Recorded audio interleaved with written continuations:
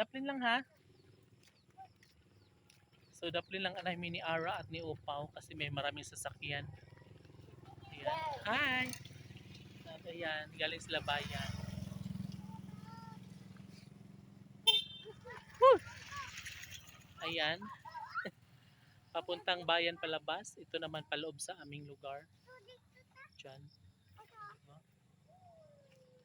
And mga kaibigan ko, yung mailalagay dito na bahay, napakaswerte, napakaganda kasi ang ganda ng view dito sa harapan niya, di ba? Kasi lalagyan to dito ng bahay mga kaibigan ko. Diyan tapos pataas, pataas. Basta maraming bahay diyan and nakaharap sila dito sa may sunset, sunrise, agon. Ay, ano ba yan? Uy, hala. Yaki. Ayaw na. Ipanghina ng mga to.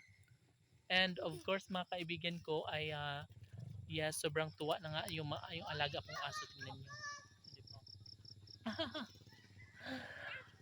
Hoy, darira mo sa kilid. Upaw. Hoy, unay, sakinan oh. Taplin. Allah. Allah. Makaigit tinigrain ka ron. Allah. Allah. Guys, natakot sa driver ng ano. Si Upaw, mga kaibigan ko, natakot sa driver ng motor. Wala na, magduwa na mga. Natakot siya.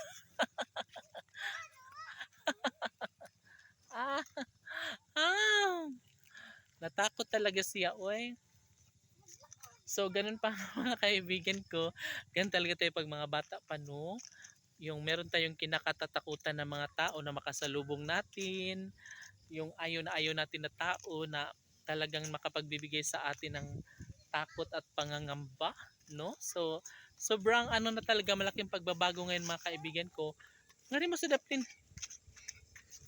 Padaplin mo, padaplin.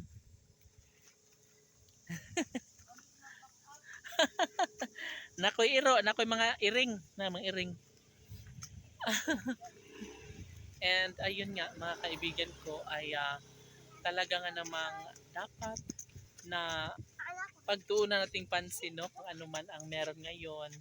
And ayun, tingnan yung mga kabataan mga kaibigan ko, sobrang nag-enjoy sila, sobrang happy, sobrang yes, wala pa silang iniisip na responsibilidad, kaya laro lang kayo ng laro mga kaibigan.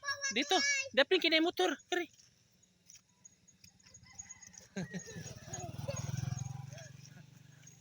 So ayan, see you again tomorrow mga kaibigan ko. It's me, Inday Marikit, ang babaeng palaban. Don't forget to share and subscribe. Thank you so much.